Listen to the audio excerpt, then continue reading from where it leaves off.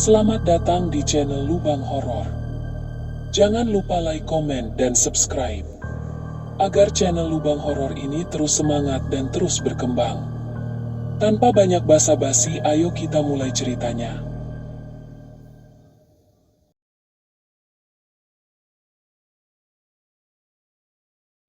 Suara serangga malam mengiringi langkah Ardi menyusuri jalan setapak menuju hutan Banaspati, sebuah kawasan rimba yang jarang terjamah manusia di pedalaman Kalimantan Tengah. Ia berdiri di tepi hutan itu dengan perasaan yang campur aduk, antara penasaran dan waspada. Angin berhembus lembut namun dinginnya terasa tidak wajar, seperti menyelinap ke dalam tulang. Ardi bukan pendatang baru dalam dunia eksplorasi alam liar.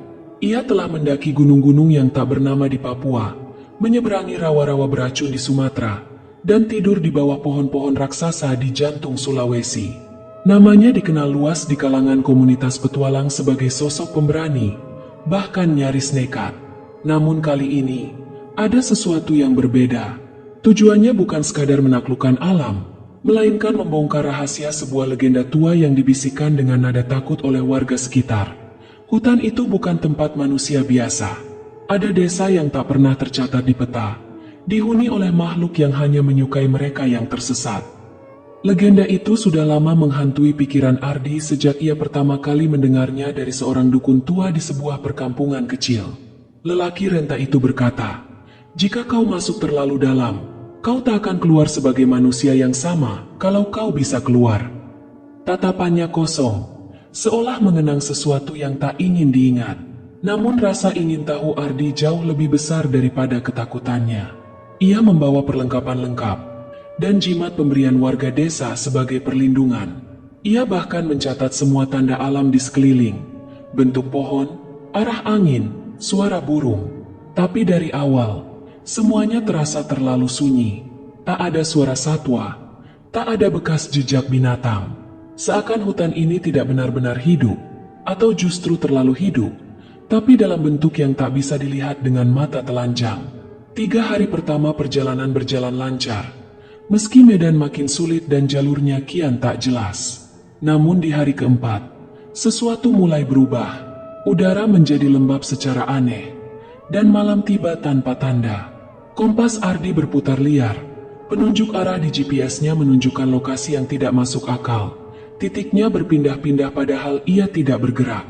Ardi menyadari satu hal, ia telah melewati ambang yang tak terlihat. Dan disinilah semuanya bermula. Hari keempat membawa kegelapan yang bukan hanya menggantung di langit, tetapi juga meresap ke dalam setiap relung jiwa Ardi.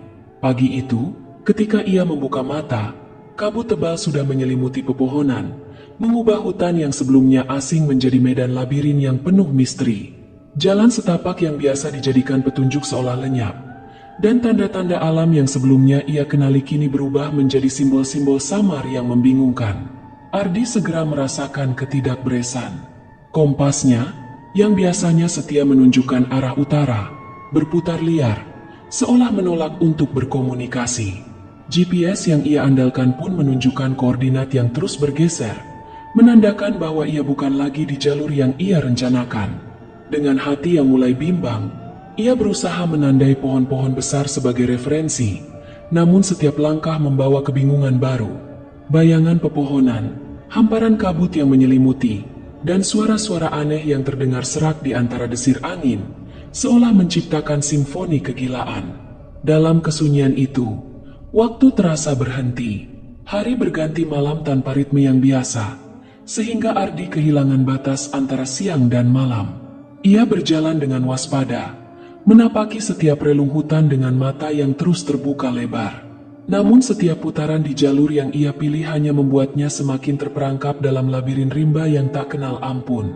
Ketika bayang-bayang mulai menari liar di antara dedaunan, Ardi mulai merasakan kehadiran sesuatu yang tak kasat mata mengikutinya. Suara langkahnya seakan terpantul oleh suara bisikan halus, bisikan yang tak pernah bisa ia jelaskan. Seperti bisikan yang menyamarkan nasibnya dari kegelapan yang mendekat. Hari itu, tanpa ia sadari, Ardi tidak hanya tersesat dari arah, tetapi juga dari diri sendiri. Kegelisahan menghinggapi setiap helaan napasnya, menuntunnya ke dalam perasaan bahwa hutan ini menyimpan rahasia yang tak ingin diungkap oleh manusia. Di tengah pencarian jalan keluar yang semakin membingungkan, ia merasakan bahwa setiap keputusan yang diambilnya kini dipertaruhkan oleh kekuatan yang melebihi logika manusia. Langkah demi langkah, ia terus melangkah, tanpa ada jaminan bahwa ia bisa menemukan jalan kembali. Kegelapan pun semakin menelan, mengaburkan batas antara realitas dan ilusi, membuat Ardi bertanya-tanya apakah ia benar-benar berada di dalam hutan, atau terseret ke dalam dimensi di mana waktu dan ruang kehilangan maknanya. Disinilah, di balik kesunyian hutan yang mulai berubah menjadi labirin terkutuk, petualangan Ardi memasuki babak baru, kejatuhan dalam ketidakpastian yang memaksa dirinya untuk menghadapi kegelapan yang hidup, menunggu setiap gerak-gerik tanpa ampun. Langkah Ardi semakin berat, perbekalannya hampir habis, air minumnya tinggal beberapa teguk, dan pikirannya mulai digerus rasa cemas yang tidak bisa lagi disembunyikan. Namun di tengah keputusasaan itu, hutan tiba-tiba berubah. Kabut yang semula menggantung pekat perlahan membuka diri, seperti tirai yang ditarik pelan-pelan oleh tangan tak terlihat. Di hadapannya terbentang pemandangan yang tak masuk akal. Sebuah desa kecil tersembunyi di tengah kepungan pepohonan tinggi, dikelilingi pagar bambu dan jalan tanah yang bersih seolah baru disapu. Rumah-rumah panggung berdiri rapi dengan arsitektur tradisional yang nyaris sempurna. Tidak ada suara ayam, tidak ada anjing penjaga, tetapi semuanya terlihat hidup, seperti lukisan yang tiba-tiba bergerak perlahan. Dan yang paling mengejutkan, penduduknya. Dari balik salah satu rumah muncul seorang wanita muda dengan kebaya berwarna gading. Kulitnya pucat bersih, rambutnya panjang dan hitam pekat, mengalir sampai pinggang. Senyumnya lembut, suaranya halus ketika menyapa. "Selamat datang, Ardi." Ia tidak bertanya siapa Ardi, dari mana ia datang, atau apa yang ia cari, seolah-olah kehadiran Ardi sudah ditunggu. Tak lama, wanita-wanita lain bermunculan. Semuanya cantik dengan cara yang nyaris tidak nyata. Mereka mengenakan pakaian tradisional namun terlihat tak terpengaruh debu atau waktu. Tak ada satupun lelaki di desa itu. Tak ada anak-anak.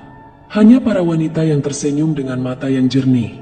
Tapi dalam tatapannya, Ardi merasa seperti sedang dilihat terlalu dalam. Seseorang memberinya air segar. Lainnya menyodorkan makanan yang aromanya menggoda, menghapus rasa lapar yang telah lama ia tekan. Mereka menuntunnya ke rumah tamu, memberinya alas tidur empuk dan selimut bersih. Padahal ia tahu tidak mungkin bahan-bahan itu bertahan di tengah hutan yang lembab. Ardi tidak bisa menyangkal kelegaan yang ia rasakan. Setelah hari-hari penuh kebingungan dan ketakutan, desa ini seperti oase dalam gurun. Namun, jauh di dalam pikirannya, ada suara kecil yang berbisik, "Ini terlalu mudah. Terlalu sempurna." Malam itu ia tertidur di dalam rumah panggung, dengan suara lembut para wanita menyanyikan lagu tradisional yang tak ia kenal, namun entah mengapa terasa menghipnotis. Di luar, kabut mulai menutup kembali desa itu, seperti rahasia yang enggan dibagi pada dunia luar. Dan tanpa ia sadari, malam itu adalah awal dari mimpi buruk yang sesungguhnya. Hari demi hari berlalu tanpa hitungan yang jelas. Ardi tidak tahu sudah berapa lama ia tinggal di desa itu. Matahari tampak bersinar, tapi sinarnya tak pernah terlalu panas. Hujan turun, namun hanya setetes, seolah ragu untuk benar-benar membasahi. Waktu terasa tumpul di tempat itu, berputar tapi tak bergerak. Para wanita di desa selalu ada. Mereka memperlakukan Ardi seperti seorang tamu istimewa. Setiap pagi, seorang wanita berbeda akan membawakannya sarapan. Setiap malam, ia ditemani oleh tawa lembut dan cerita rakyat yang anehnya tidak pernah sama, tapi selalu membuatnya mengantuk. Ia tidak pernah merasa lapar, namun selalu ada makanan hangat di depannya. Ia tidak pernah meminta hiburan, tapi selalu ada nyanyian dan tarian yang memikat di malam hari. Yang paling membuat Ardi terjebak bukanlah keramahan mereka, melainkan keindahan mereka yang tak masuk akal. Setiap wanita tampak seperti perwujudan mimpi. Bukan hanya wajah dan tubuh, tapi gerakan, suara, bahkan tatapan mereka seolah mengandung magnet yang menarik nurani Ardi untuk tenggelam lebih dalam. Ada satu di antaranya yang lebih sering berada di sisinya. Namanya Laksmi. Lembut, tenang, dan bijak. Seolah ia tahu apa yang akan Ardi pikirkan sebelum Ardi sendiri mengetahuinya. Laksmi membisikkan cerita-cerita lama tentang dunia yang tak pernah dikenal manusia, tentang waktu yang bisa dilipat, dan tentang tempat ini, desa yang tidak terikat pada dunia nyata. "Kau bisa tinggal di sini, Ardi," katanya suatu malam di pinggir sumur tua. "Di sini tak ada penderitaan, tak ada perang, tak ada kematian." Suaranya halus, tapi gaungnya terasa seperti gema dari tempat yang sangat jauh. Ardi nyaris percaya. Di luar sana, dunia keras dan penuh bahaya. Di sini, ia disambut, dicintai, dihormati. Tak ada tekanan, tak ada kelaparan, dan tak ada rasa takut kecuali satu hal yang terus menghantui di balik pesona mereka. Setiap kali ia memandangi wajah mereka terlalu lama, matanya menangkap sesuatu yang salah. Sekilas, hanya sesaat, seperti kilatan merah samar, seperti pantulan cahaya dari permukaan gelap yang bukan berasal dari mata manusia.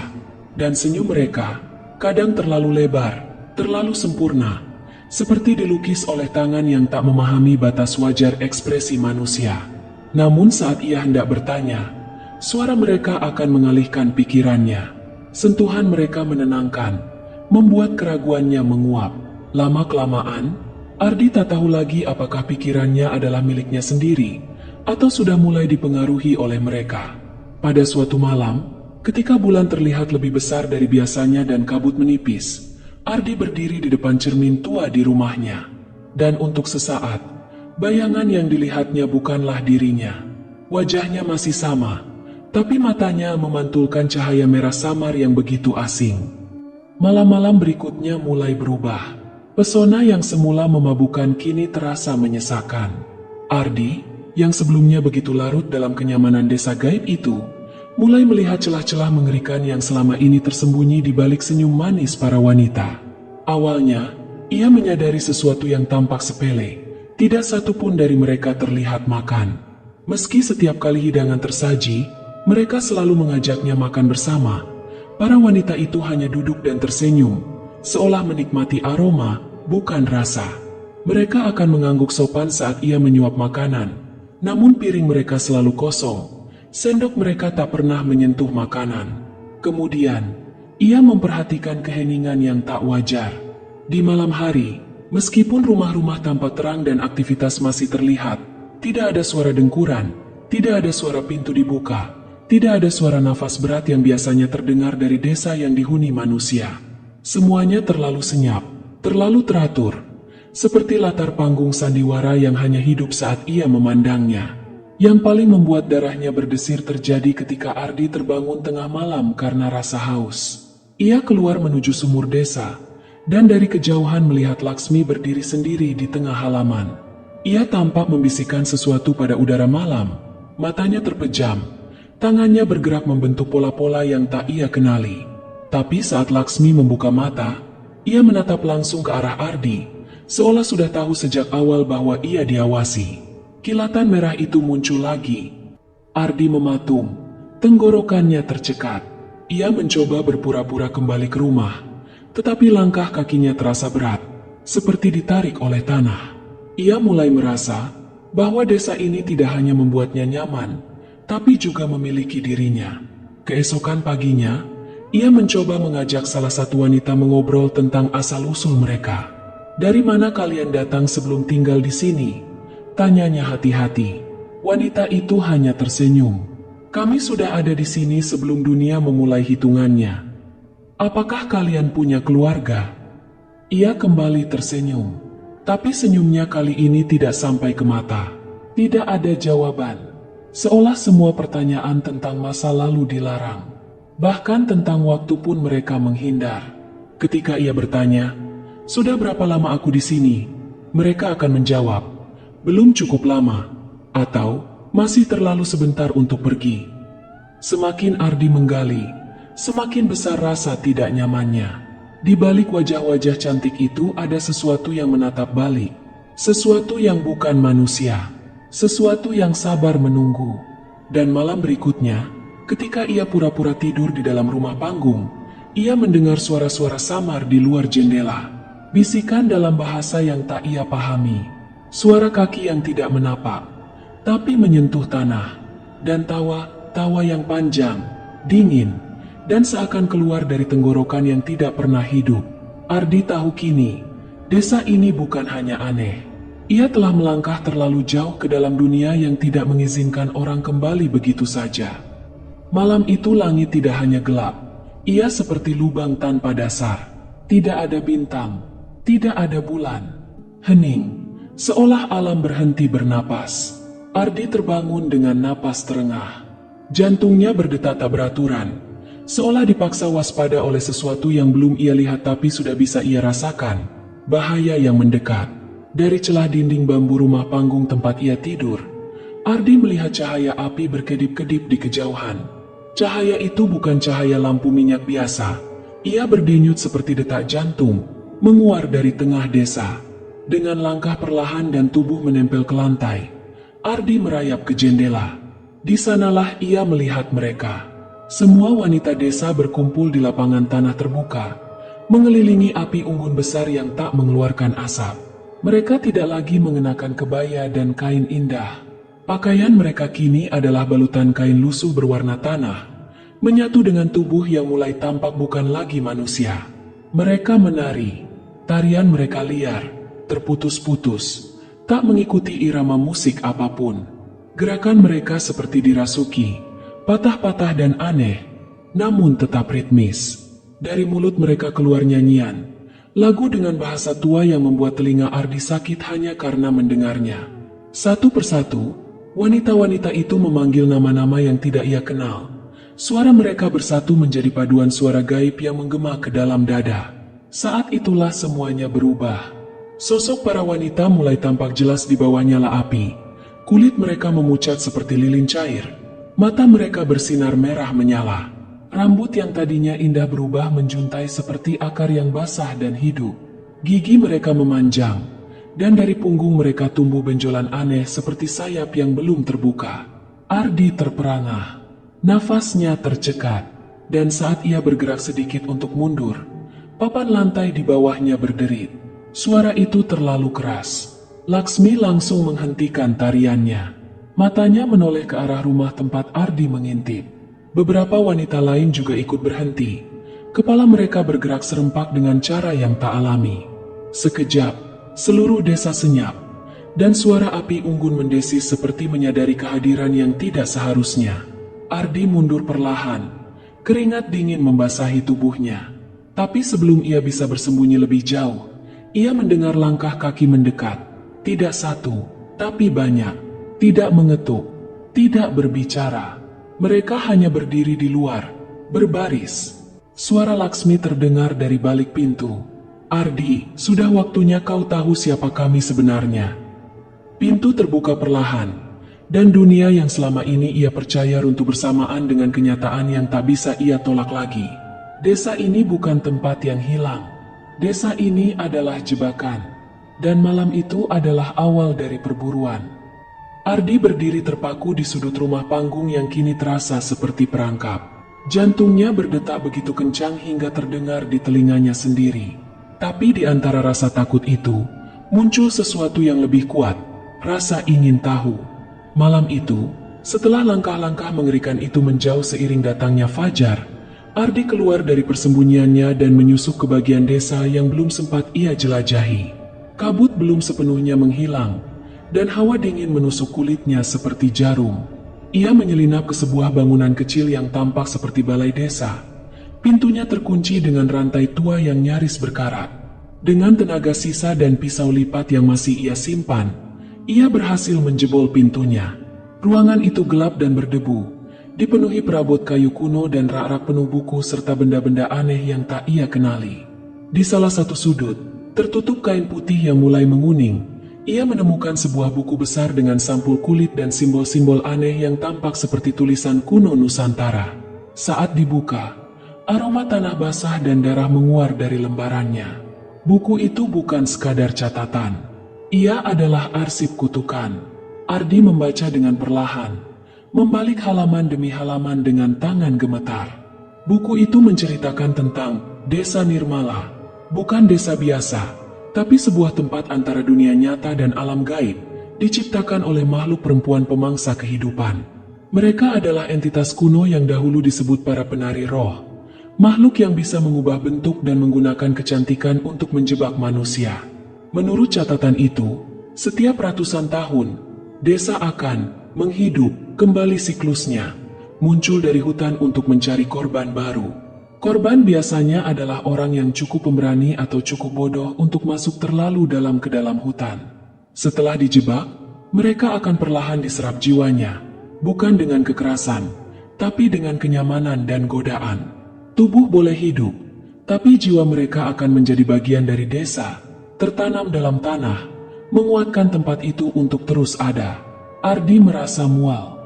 Ia membaca nama-nama korban sebelumnya, tertulis dengan darah kering di halaman terakhir. Salah satu nama membuatnya membeku, Mahendra S. Nama pamannya yang menghilang saat ekspedisi 10 tahun lalu, juga di hutan ini. Tiba-tiba, buku itu mulai bergetar. Tulisan di halamannya memudar, lalu muncul kembali dalam huruf merah membara. Kau telah melihat terlalu banyak. Dari luar, terdengar suara langkah kaki yang kali ini tidak berusaha menyembunyikan kehadirannya. Tanah bergetar pelan. Ardi segera mematikan lampu senternya, meraih buku itu dan menyelinap keluar melalui celah belakang bangunan. Kabut kembali menebal, tapi kini ia tahu, desa ini tidak bisa dibiarkan utuh. Ia harus pergi, sebelum mereka menyelesaikan upacara terakhir dan menjadikannya bagian dari desa selamanya. Dengan rahasia kelam di tangannya, dan teror yang mengintai di setiap bayang, Ardi memulai pelarian yang tak hanya mempertaruhkan hidupnya, tetapi juga batas kewarasan yang tersisa. Langit belum menunjukkan tanda-tanda fajar ketika Ardi mulai berlari menyusuri jalan setapak kecil di balik balai desa. Di tangannya, buku kutukan itu terasa seperti beban neraka, hangat, nyaris hidup, seolah ingin terus bersatu dengan tempat terkutuk ini. Kabut menggantung di udara, tebal dan tajam, menyelimuti pepohonan yang tumbuh liar seperti penjaga labirin gaib. Ardi tidak tahu kemana ia harus pergi. Kompas masih berputar kacau. Pohon-pohon tampak berubah posisi setiap beberapa langkah. Tapi satu hal ia yakini, ia harus menjauh dari desa secepat mungkin. Teriakan terdengar dari kejauhan. Jeritan melengking dengan nada tak manusiawi, bukan dari tenggorokan makhluk biasa. Suara itu menggema dan menembus hutan seperti alarm kematian. Para wanita itu telah tahu, ia kabur membawa rahasia mereka. Dari antara pepohonan, muncul sosok-sosok samar. Mereka berlari cepat tanpa menyentuh tanah, melayang seperti kabut yang punya tujuan. Ardi tak menoleh. Nafasnya tersengal, dadanya seperti dihantam palu setiap kali ia melangkah. Tapi rasa takutnya jauh lebih kuat dari kelelahan. Tiba-tiba, ilusi mulai muncul. Di hadapannya, jalan bercabang menjadi dua. Di sebelah kiri, ia melihat jalan berbatu menuju cahaya matahari pagi yang memancar. Di kanan, hutan tampak lebih lebat, tapi ada bayangan seseorang, mirip ayahnya, melambai sambil berkata, "Ardi, pulanglah, semua baik-baik saja." Ardi menutup mata sejenak. Ia menggenggam erat buku di dadanya dan berbisik, "Ini hanya tipu daya, ini bukan nyata." Saat membuka mata, cahaya pagi itu lenyap. Sosok ayahnya juga hilang, berganti dengan semak duri hitam yang menutupi jalan. Ardi memilih terus lurus, menembus semak berduri meski kulitnya tergores dan darah mengalir dari lengan dan pipinya. Di kejauhan, ia melihat sebuah pohon besar yang pernah ia lewati di hari pertama ia masuk ke hutan. Harapan membuncah. Itu berarti ia tidak jauh dari perbatasan. Tapi para wanita itu semakin dekat. Langkah mereka tak terdengar. Tapi udara menjadi berat dan tubuh Ardi mulai merasa seperti ditarik ke bawah. Seolah hutan sendiri menolaknya keluar. Suara Laksmi terdengar dari balik pepohonan. Lembut namun menusuk. "Kau bisa tinggal. Ardi, di sini kau tidak akan kesepian lagi." Ia menoleh sekilas dan melihat sosok Laksmi berdiri di kejauhan.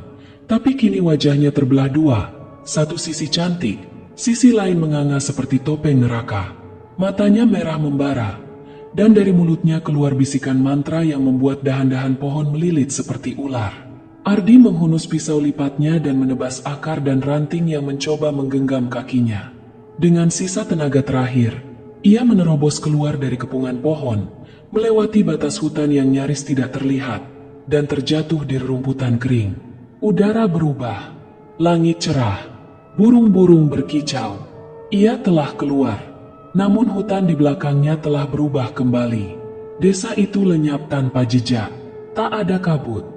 Tak ada jejak bangunan, hanya rimba biasa. Tapi Ardi tahu, ia benar-benar tidak sendiri. Ia menggenggam buku kutukan itu erat-erat. Dan di balik semua kelegaan itu, ia merasakan sesuatu yang masih mengikutinya. Ardi jatuh tersungkur di tepian hutan. Tubuhnya dipenuhi luka dan napasnya tersengal-sengal. Namun rasa lega itu hanya bertahan sekejap. Udara sekitar berubah dingin. Terlalu dingin untuk pagi yang cerah. Burung-burung yang tadi berkicau tiba-tiba diam. Daun-daun mulai berguguran tanpa angin. Dan di balik sunyi yang menyiksa, ia tahu mereka masih mengejarnya. Langit mendung dalam hitungan detik. Seolah realitas mulai sobek dan sesuatu yang lebih gelap mengintip dari celahnya. Ardi memutar badan, dan di sana mereka berdiri. Para wanita desa, kini tanpa penyamaran. Tubuh mereka memanjang, melayang satu jengkal di atas tanah. Wajah-wajah mereka menyerupai topeng kematian yang berubah-ubah bentuk. Rambut mereka menjuntai seperti belatung hidup, dan tangan mereka bukan lagi tangan manusia. Mereka datang bukan untuk menakutinya, mereka ingin membawanya kembali. Dengan sisa tenaga, Ardi membuka kembali buku kutukan yang ia bawa. Di halaman terakhir, tertulis sebuah mantra pengusiran yang hanya bisa dilakukan oleh mereka yang pernah melihat wajah asli para penari roh. Mantra itu rumit dan ditulis dalam aksara tua, tapi ia tak punya pilihan. Sambil gemetar, ia melafalkan kata-kata itu, satu demi satu. Udara bergetar, tanah di bawahnya retak. Para wanita itu berhenti, tampak ragu, lalu mulai meringis. Laksmi melayang maju, lebih tinggi dari yang lain. Suaranya menggema seperti gema dari dalam gua. Kau pikir kau bisa mengusir kami dengan kata-kata mati? Seketika itu juga, mereka menyerang. Ardi tak sempat menyelesaikan mantranya.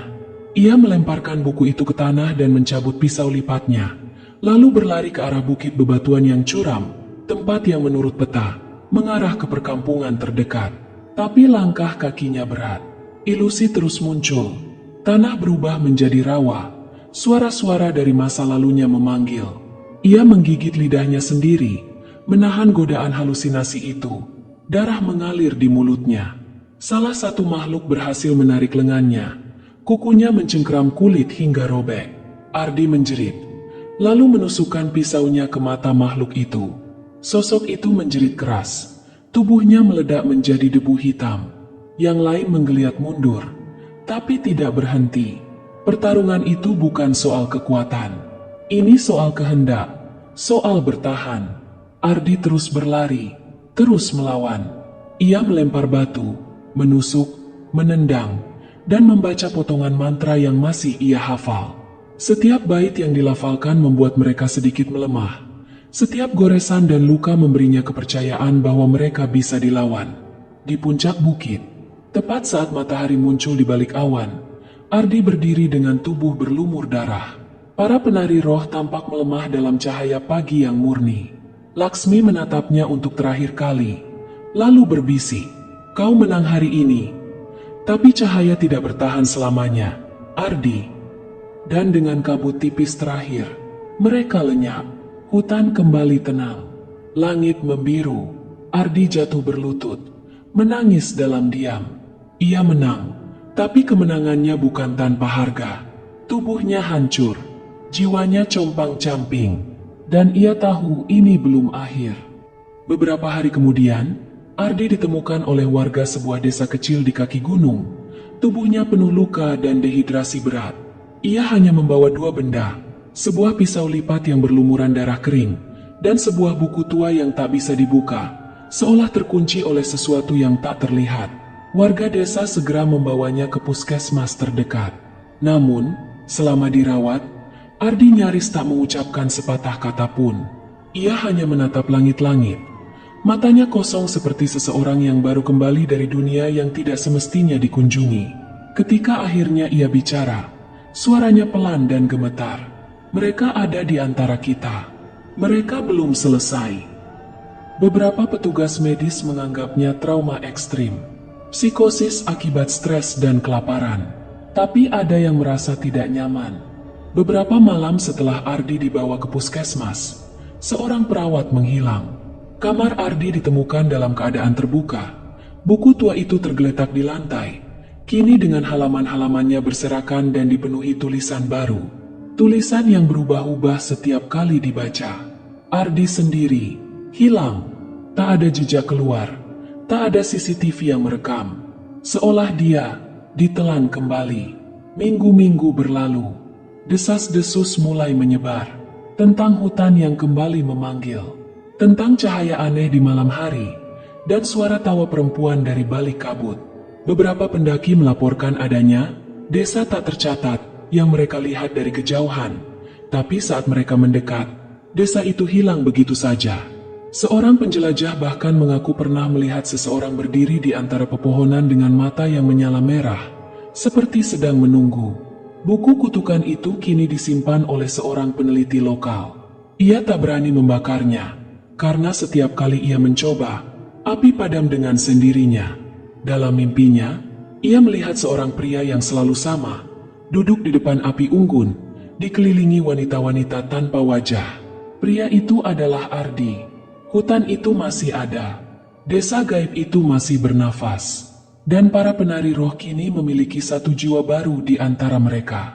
Mereka tidak membutuhkan desa tetap. Mereka hanya butuh legenda. Dan legenda itu terus hidup dari mulut ke mulut. Demikianlah kisah kali ini. Terima kasih telah meluangkan waktu dan perhatian untuk menyimak cerita Ardi, seorang petualang yang keberaniannya membawanya melintasi batas antara dunia nyata dan yang tak kasat mata. Kehadiran kalian sebagai pendengar adalah bagian penting dari perjalanan ini, dan kami sangat menghargainya. Dari kisah ini, kita belajar bahwa keberanian tanpa kebijaksanaan bisa membawa kita ke tempat yang tak bisa kita pahami, bahkan mungkin tak bisa kita kembalikan. Jangan pernah meremehkan peringatan, seberapapun terdengar tak masuk akal. Terkadang, hal-hal yang tak terlihat justru memiliki kekuatan yang paling nyata. Jagalah rasa ingin tahu agar tak melampaui batas, dan selalu hormati alam serta segala misteri yang dikandungnya. Karena tidak semua tempat diciptakan untuk dijelajahi, dan tidak semua kebenaran harus ditemukan. Sampai jumpa di kisah selanjutnya. Tetap waspada, dan jangan pernah berjalan sendirian dalam gelap.